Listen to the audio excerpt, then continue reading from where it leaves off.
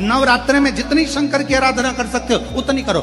शंकर की आराधना करने से नवरात्रि में शक्ति का बल बढ़ता है। शक्ति का क्यों गुरुजी नवरात्रि में शंकर जी की आराधना क्यों करना चाहिए? हमने कहा अगर माता रानी से जो मांगना है तुम्हें, अगर तुमने नवरात्रि में शिव जी की आराधना करिए, शंकर की कथा सुनिए, शंकर की आराधना करिए, शिव स्तुति करिए, शंकर को एक लोटा जल चढ़ाया, मां आद्य शक्ति तुम्हारे पर कृपा करेगी। क्यों? क्योंकि जिस स्थान पर शिवलिंग रखा होता है और जो हस्त कमल है वो मां पार्वती जगत जननी दुर्गा भवानी है। जब हम जल चढ़ाते हैं मां आद्य शक्ति अम्बा जगदम्बा 64 योगिनियों पर वो जल चढ़ जाता है और जगत जननी नवरात्र में प्रसन्न हो जाती है। वो जल की इतनी महत्वता है। आद्य शक्ति को प्रसन्न करना है, नवरात्र में शिव जी को जल चढ़ा। अब कई लोग ऐसे होते हैं, हम नवरात्रि आई है माता रानी को भज रहे हैं, जगत जननी दुर्गा भवानी को भज रहे हैं, पर शिव जी के मंदिर तक नहीं जा रहे, समय नहीं मिल रहा मंदिर जाने का, क्योंकि माता जी के मंदिर जाते हैं, माता जी को प्रणाम। अरे उस शंकर को पहले भजो, सुबह उठते से ही पहला एक लोटा जल शिव को, क्योंकि उसी के माँ जगत जननी हस्तकमल पर जल जाना जरूरी है। शंकर का चढ़ा वो हमें फल प्रदान करे, सुख दे, आनंद का। मैं बेटा बेटियों से कहूंगा, नवयुवक बच्चों से कहूंगा, अगर आप कंपटीशन एग्जाम में बैठ रहे हो, अपनी पूरी मेहनत करो, पूरा परिश्रम करो, रात दिन एक करो और लगे रहो, और 9 दिन तक नवरात्रि में 9 लाल फूल की 9 पंखड़ियां या 9 कोई भी चावल लाल कलर में कर कर, कुंकू में कर कर, अगर माँ जगत जननी के मंदिर में नहीं जा सकते, माँ भीड़ रहे, तो शिवलिंग की जो जलाधारी है, जहां पानी गोल घूमता है, इस जलाधारी पर कहीं पर भी नवरात्रे में 9 दिन तक या तो लाल फूल की पंखड़ी 9 या 9 चावल के दाने लाल कलर कर कुंकू में, लाल चंदन में उस स्थान पर चढ़ाना प्रारंभ करो। 9 दिन के बाद तुम्हें 15 दिन और निकलेंगे, उसके बाद तुम्हें खुद लगेगा कि तुम्हारी जॉब, तुम्हारी नौकरी तुम्हारा बाबा ने लगाया है। जन्मी तिथि या नौमी तिथि किसी भी महीने की, चाहे शुक्ल पक्ष की हो चाहे कृष्ण पक्ष की हो, अष्टमी और नौमी तिथि, ये 2 तिथियां ऐसी हैं, मान लो तुम्हारा पैसा तुमने किसी को दिया, 5 लाख, 4 लाख, 3 लाख, 10 लाख, 8 लाख, 2 लाख, 50,000, 25,000, 20,000, 40,000, और वो पैसा नहीं दे रहा आपको, आप हार गए कह के कर, फोन लगा कर, भैया दे दे रहे, परेशानी है, दे दे रहे भैया, हम तो परेशान हो गए, और हार गए, नहीं मिल रहा, बहुत परेशान। तो महाराज किसी भी अष्टमी या नौमी तिथि के दिन आप मां जगत जननी जगदम्बा का शिव के साथ में, शिव शक्ति का स्मरण कर कर, देवी के नाम की 9 आहुतियां, सूखे बीले की, मतलब बीला जो सूख चुका है, उसकी 9 आहुतियां अग्नि में शंकर और सती के नाम से, शंकर और शिव के नाम से समर्पित करें, और आखिरी आहुति जो समर्पित करें उसमें थोड़ा सा भाग तिल का, और तिल भी काली नहीं चढ़ती उसमें, श्वेत तिल का भाग उसके साथ लगाकर समर्पित करें, और जिससे धन लेना है उसका नाम लेकर वो समर्पित करें महाराज, उसको सुध आएगी, और वो पैसा किसी भी हाल में आपके हाथ में थमाकर जाएगा ही, ये पक्का है। उसकी आहुतियां किसी भी अष्टमी तिथि को 12 महीने में शुक्ल पक्ष कृष्ण पक्ष की अष्टमी तिथि पड़ती है। यदि किसी भी अष्टमी तिथि को अगर किसी ने नियम बनाया 5 अष्टमी का, 8 अष्टमी का, 7 अष्टमी का, 1 कनेर का पुष्प शिवजी के शिवलिंग को समर्पित करना, अशोक सुंदरी के स्पर्श करना, और जो जलाधारी होती है, जैसे ये शिवलिंग है, ये जलाधारी है, तो पहले शिवलिंग पर स्पर्श, फिर अशोक सुंदरी का स्पर्श, फिर जलाधारी पर कनेर का पुष्प शिव जी की ओर मुख कर कर, अर्थात जैसे मानो ये कनेर का पुष्प है, तो ऐसा शिवलिंग का स्पर्श करते हुए जलाधारी पर जो समर्पित करता है, भगवान शंकर उसके मन की कामना को पूर्ण जरूर करते हैं। 1 कनेर का पुष्प, 1 बेलपत्र में इतना बल होता है कि 64 योगिनियां, 33 कोटि देवताओं की धर्म पत्नियां, देवियां, 64 योगिनियां, देवियां, सारी सिद्धियां, निधियां, सब बेलपत्र के इस पत्ते के दोनों पत्ते और पत्ते के बीच में जो डंडी होती है, जो बची हुई जगह होती है, सारी निधि, सारी सिद्धि और सारी देवियों का स्थान होता है। जब हम एक बेलपत्र को दिल से अपनी कामना कर कर देवाधिदेव महादेव को, ये शिवलिंग जलाधारी, ये जल बहता है, तो बेलपत्र समर्पित करते हैं दक्षिण में बैठकर जब डंडी का मुख उत्तर की ओर कर कर बेलपत्र अपने मन से कामना कर कर शिवलिंग पर समर्पित करते हैं, तो ऐसी कोई कामना नहीं जो मेरा महादेव पूरी ना करता। विवाह ही नहीं हो रहा, हम तो टेंशन में पड़ गए, लड़की 28 साल 30 साल का लड़का हो गया, विवाह नहीं हो रहा। कुछ मत करो, अष्टमी तिथि आए तो अशोक सुंदरी वाली जो जगह है वहां पर हल्दी की 7 बिंदियां लगा दो, लड़का लड़की का हाथ उस बिंदी पर रखवा दो, उसका नाम गोत्र बोलो, उसी हल्दी में उसके हाथ पीले करवा दो और पीपल के पेड़ पर उस हाथ के 5 छापे पड़वा दो। 3 महीने में विवाह पक्का हो जाता है महाराज। और नवरात्रे में भी देवी की आराधना का एक स्मरण का सुख है महाराज। ज्योत का विधान है, नवरात्रे में देवी की ज्योत लगती है, अखंड ज्योति लगती है, जवारे बुआए जाते हैं, कलश लगता है। ज्योत का भी विधान है, जिसके यहां दिया अखंड जलाया जाता है, अगर वो दिए की लो, दिए की बाती अगर दक्षिण दिशा की होती है तो उसके घर में साल भर में एक घात जरूर होती है।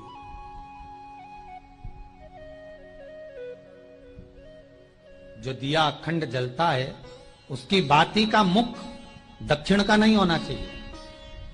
अगर आपने देवी भागवत का स्मरण कराओ, देवी भागवत को अगर सुना हो, तो देवी भागवत में स्पष्ट किया गया कि पूर्व की ओर मुख करा हुआ दिया, अर्थात पूर्व की ओर ज्योत जो जलाई जाती है वो संपदा की वृद्धि करती है। पश्चिम की ओर मुख कर कर जो ज्योत लगाई जाती है महाराज, वो वैभव को देती है। और उत्तर की ओर जो मुख कर कर ज्योत जलाई जाती है, उत्तर की ओर जो ज्योत का मुख रहता है वो आयु की वृद्धि करती है, घर में अकाल मौत को रोकती है।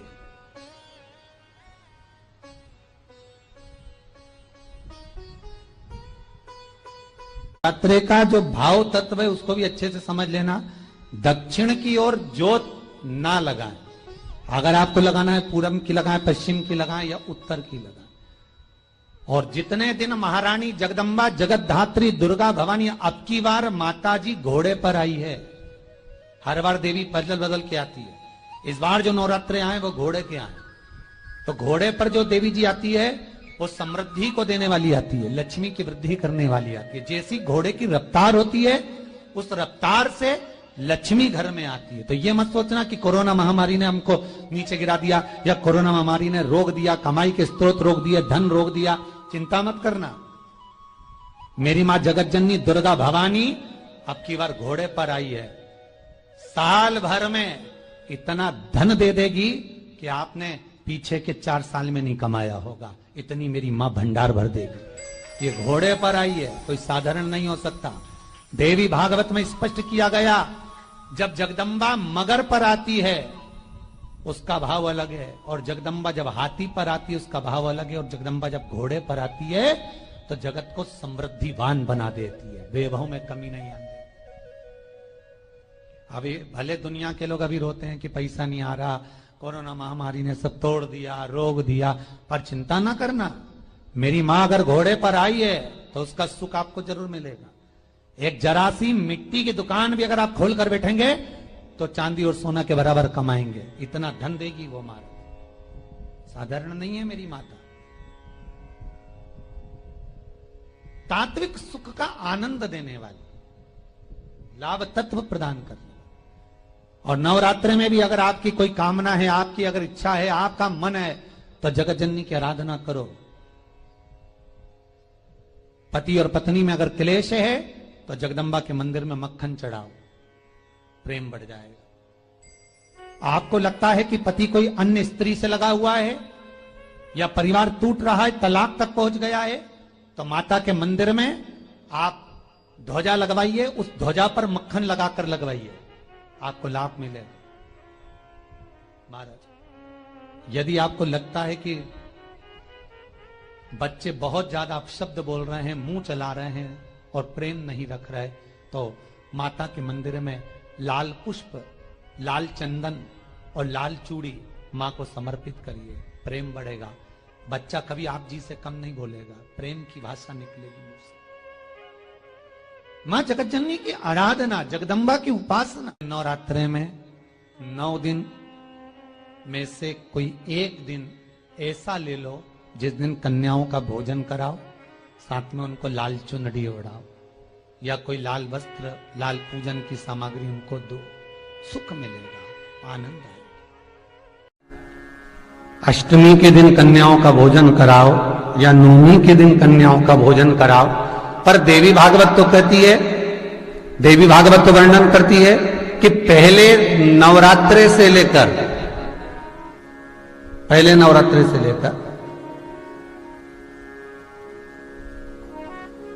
नौमी तिथि तक जितने दिन देवी के होते हैं, प्रत्येक दिन में आप किसी भी दिन कन्याओं का भोजन करा सकते हो, पहली रात्रि से लेकर, पहला दिन से लेकर।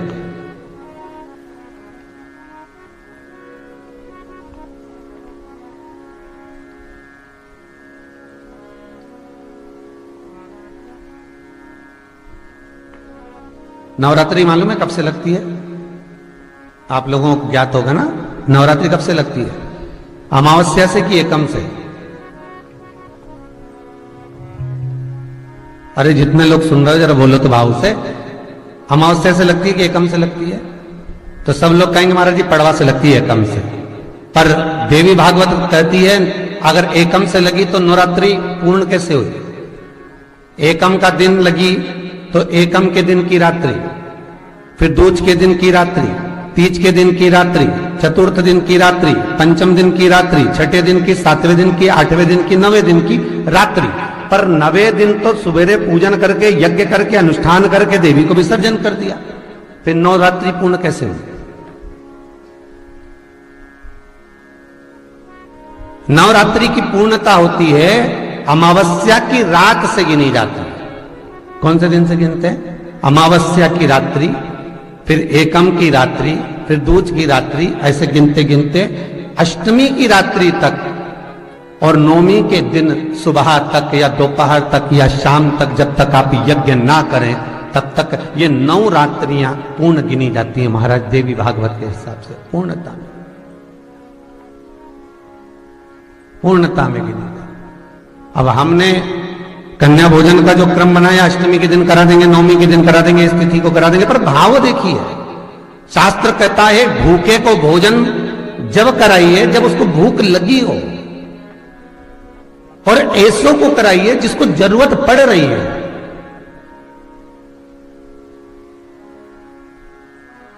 जिसके यहां पर माता रानी की ज्योत जलती है उसके घर का दरवाजा बंद, अर्थात जिस कक्ष में ज्योत जली उसका दरवाजा बंद नहीं होता। यहां पर ऐसा नियम है कि नहीं हमें नहीं मालूम, पर हमारे उधर का नियम, अगर माँ की ज्योत लगी है तो उस घर को खाली नहीं छोड़ा जाता, एक ना एक जनी का होना जरूरी है। हे मेरी माँ दुर्गा है मेरी माँ, बोलो जय माता दी, बोलो बोलो बोलो जय माता दी, बोलो बोलो। वो साधारण नहीं हो सकती महाराज, सहज नहीं।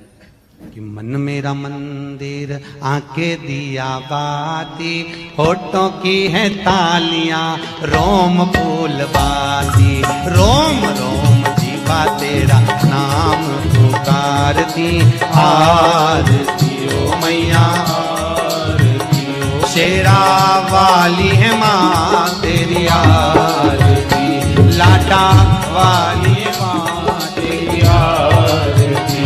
ओ मेरा मंदिर आंखें दिया बाती, होठों की है तालियां रोम बोलवाती, रोम रोम जीवा तेरा नाम पुकारती, आरती ओ मैया आरती ओ, तेरा वाली है माँ तेरी आरती, ओ लाटा वाली है माँ तेरी आरती। ओ कमला रानी माँ तेरी आरती। ओहो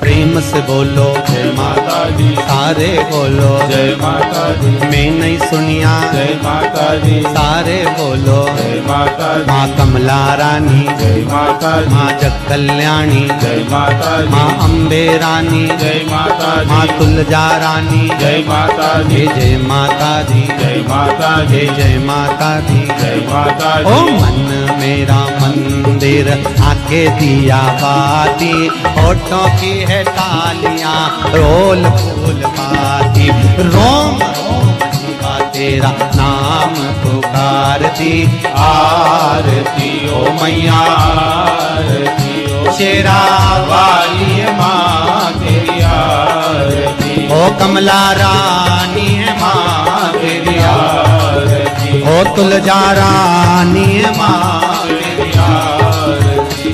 माँ कृपा करने वाली है, दुनिया में कोई करुणा ना करे। कभी कभी ऐसा होता है कि मन ऐसा कर जाता है कि मैं इस दुकान को खोलूंगा और ये दुकान चलेगी कि नहीं चलेगी, मैं इस फैक्ट्री को करूंगा फैक्ट्री चलेगी कि नहीं चलेगी, मैं गाड़ी ले रहा हूँ व्यापार के लिए गाड़ी चलेगी कि नहीं चलेगी, मैं इस काम को कर रहा हूँ ये वाली प्रॉपर्टी ले रहा हूँ इस पे मल्टी बनाऊंगा बिकेगी नहीं बिकेगी, कॉलोनी काटूंगा इस कॉलोनी में लाभ मिलेगा नहीं मिलेगा, दो मन होते हैं। तो उसके लिए एक ही चीज करना है, 6 मुख वाले भगवान श्री षडानंद कार्तिकेय जी के पास जाकर खड़े होना। देखिए मन को केंद्रित करना, 2 मन हो रहे हैं ना, तो 6 मुख वाले भगवान श्री षडानंद कार्तिकेय जी जो शंकर जी के मंदिर में पार्वती जी रहती हैं, गणेश जी रहते हैं और कार्तिकेय जी की मूर्ति होती है। बोलो देखिए ना, दर्शन तो करे ना सबने। तो कार्तिकेय जी के सामने जाकर खड़े हो जाओ और कार्तिकेय बाबा के सम्मुख में 4 पुष्प श्वेत सफेद कलर के 4 फूल कोई से भी, कोई भी 4 चावल के दाने, षडानंद कार्तिकेय जी के सामने शिव जी के मंत्र का उच्चारण करते हुए, चाहे पंचाक्षर हो नमः शिवाय, षडाक्षर हो ओम नमः शिवाय या श्री शिवाय नमस्तुभ्यम बोलकर वो चारों चावल के दाने 4 श्वेत पुष्प कार्तिकेय बाबा के सामने समर्पित करो। और फिर तुम चाहे नई दुकान खोलो, फैक्ट्री बनाओ, प्रॉपर्टी खरीदो, तुम्हारा मन जो बार बार विचलित हो रहा था, कैसा भी मन हो उस कार्य में तुम्हें सफलता मिलेगी जरूर, वो कार्य अटकेगा। कोई जमीन भी लिए, प्रॉपर्टी लिए, उस प्रॉपर्टी पे बिल्डिंग बनाना है, कॉलोनी काटना है, बिकेगी नहीं बिकेगी, काम होगा कि नहीं होगा, मैं ये गाड़ी खरीदूंगा चलेगी नहीं चलेगी, मैंने ये नया काम लिया है चलेगा नहीं चलेगा, मतलब 2 मन जहां चल रहे हैं, जहां तुम्हारे 2 मन हो रहे हैं, उस मन को एक जगह पर षडानंद कार्तिकेय जी के पास ले जाकर छोड़ दी। षडानंद कार्तिकेय जी उसको संभाल, उस मन को षडानंद कार्तिकेय जी के पास ले जाकर छोड़ो, फिर कार्तिकेय बाबा उसको संभाल। 6 मुख वाले,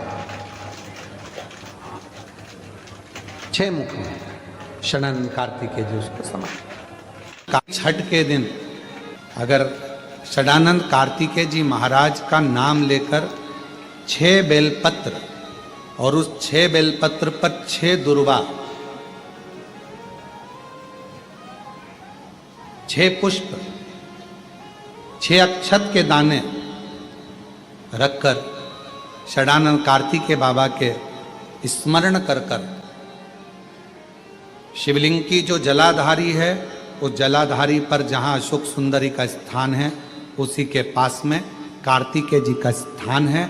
किसी भी छठ पर यदि आप बाबा को वो बेलपत्र, वो दुर्वा, वो पुष्प, वो अक्षत का दाना 6 समर्पित करते हैं, किसी भी छठ के दिन, षष्ठी के दिन स्कंद भगवान का नाम लेकर, स्कंदेश्वर बाबा का नाम लेकर, कार्तिकेय बाबा का नाम लेकर यदि समर्पित करते हैं तो जिंदगी में कितना भी कर्जा हो वो कर्जा 3 महीने के अंदर समाप्त होता ही है। कितना कभी ऐसा होता है कि मन ऐसा कर जाता है कि मैं इस दुकान को खोलूंगा और ये दुकान चलेगी कि नहीं चलेगी, मैं इस फैक्ट्री को करूंगा, फैक्ट्री चलेगी कि नहीं चलेगी, मैं गाड़ी ले रहा हूं व्यापार के लिए, गाड़ी चलेगी कि नहीं चलेगी, मैं इस काम को कर रहा हूं, ये वाली प्रॉपर्टी ले रहा हूं, इस पे मल्टी बनाऊंगा, बिकेगी नहीं बिकेगी, कॉलोनी काटूंगा, इस कॉलोनी में लाभ मिलेगा नहीं मिलेगा। 2 मन होते हैं, तो उसके लिए एक ही चीज करना है, 6 मुख वाले भगवान श्री षडानंद कार्तिकेय जी के पास जाकर खड़े होना। देखिए मन को केंद्रित करना। 2 मन हो रहे हैं ना, तो 6 मुख वाले भगवान श्री षडानंद कार्तिकेय जी, जो शंकर जी के मंदिर में पार्वती जी रहती हैं, गणेश जी रहते हैं और कार्तिकेय जी की मूर्ति होती है। बोलो देखिए ना, दर्शन तो करें ना सबने। तो कार्तिकेय जी के सामने जाकर खड़े हो जाओ और कार्तिकेय बाबा के सम्मुख में 4 पुष्प, श्वेत सफेद कलर के 4 फूल, कोई से भी,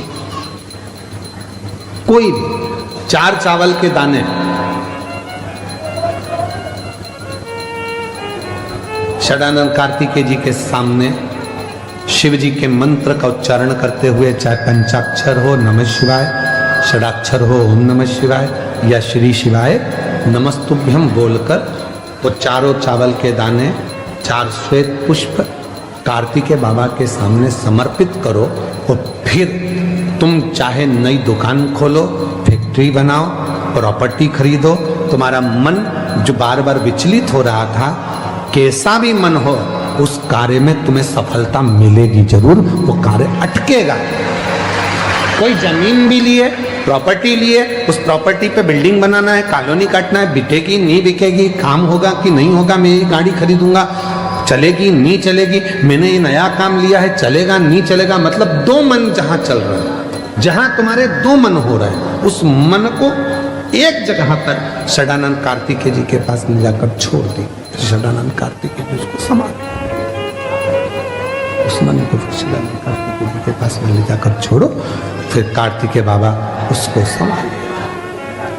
6 मुख वाले महापुराण की कथा कहती है, अगर मन में कोई संशय उत्पन्न हो गया, मन में कोई बड़ी भारी संकट उत्पन्न हो गया, कोई ऐसी बात तुम्हारे मन में आकर खड़ी हो गई है जिस बात का कोई निर्णय नहीं निकल रहा, तो बेलपत्र को हाथ की हथेली में रखकर अपने हृदय से उसको लगाकर मन से बाबा को अपने मन की बात कहकर जब वो बेलपत्र हम शिव जी को समर्पित करते हैं, मान लो हम कुछ नहीं कह पाए बाबा भोलेनाथ जी को, हम अपने दिल की बात शंकर भगवान को कुछ नहीं बता पाए और कुछ रह भी गया, तो हमारे मन की बात भगवान देवाधिदेव महादेव स्वीकार कर लेते हैं एक बेलपत्र के माध्यम से।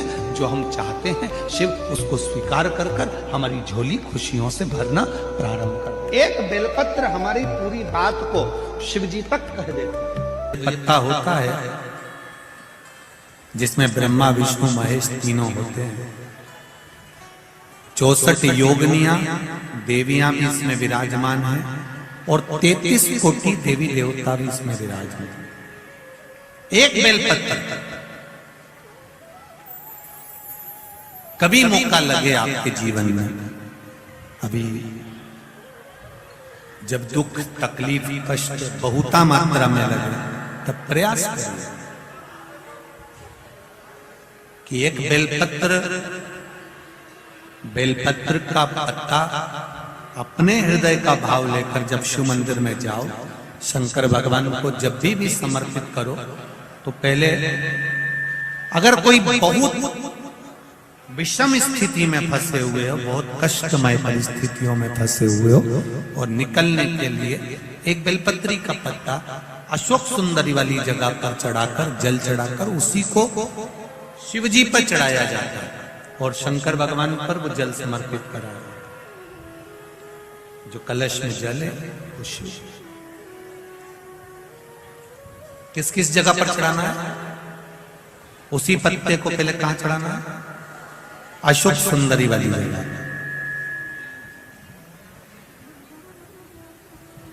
थोड़ा सा जल वहां चढ़ा दिया, पत्ते को उठाया, फिर शिवलिंग पे समर्पित कर दिया। बचा हुआ जो कलश में जल है वो भगवान शंकर को समर्पित कर, शिव को समर्पित कर।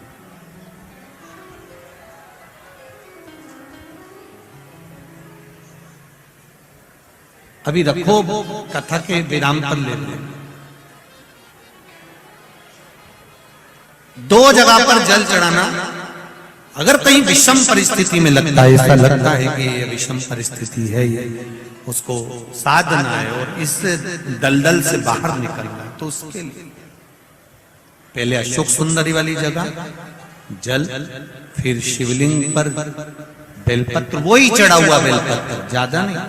और फिर एक निवेदन करेंगे, अगर आप अलग से कोई बेलपत्र नहीं ले जा सकते हो, आपके पास में बेलपत्र नहीं है, शिवलिंग पे से बेलपत्र उठा लिया करो, उसी को धो के वापिस। कहते हैं शनि चढ़ गया, 7.5 लग गई, ढैया लग गई, राहु लग गया, केतु लग गया, बृहस्पति लग गया, मंगल लग गया। शिव महापुराण की कथा कहती है कोई भी ग्रह लग जाए, घर में से 1 लोटा जल भरो, शिव जी पर जल चढ़ाना प्रारंभ करो, सारे ग्रह अनुकूल हो जाएंगे। तुम्हारा कोई भी ग्रह प्रतिकूल नहीं हो सकता, कोई ग्रह तुम्हें तकलीफ नहीं दे सकता, सब तुम्हारे अनुकूल हो। ज्ञान कहीं पर भी प्रकट हो सकता है, बस उसको लेने वाला चाहिए। और भगवान शिव कह रहे हैं तुमरुका जी से, प्रकृति में ऐसा कोई नहीं है जो हमको ज्ञान नहीं देता। चिड़िया हमको चहकना सिखाती है, मोर हमको नाचना सिखाता है, कोयल हमको गुनगुनाना सिखाती है, गाना सिखाती है, नदियां हमको सिखाती हैं कि हमेशा निरंतर चलते रहो, बढ़ते रहो, पीछे मुड़कर मत देखो। पर्वत सिखाते हैं कि तुम्हारी उन्नति तुम्हारे हाथ में है, मेरे जैसे विशाल बन जाओगे, बढ़ते रहो। समुद्र तालाब सिखाते हैं कि जितना मैं गहरा हूं उतनी जिंदगी में तुम गहराई को धारण करो। पृथ्वी सिखाती है कि धैर्य रखो। संसार में जितने जीव जंतु हैं, संसार में जितने भी जीव हैं, वो सब हमको सिखाते हैं। जो निर्जीव हैं वो भी सिखाते हैं, वो हमको सिखा रहे हैं, पर हम सीखने को तैयार नहीं है।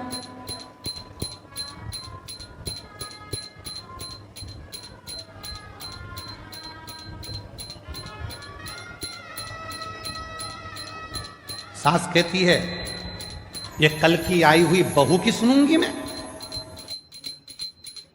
मुंह के शब्द रहते हैं कि कल की आई बहू की सुन के चलूंगी, उसकी सुनूंगी। बहू कहती है मैंने अपने बाप की नहीं सुनी तो तुम्हारी सुनूंगी।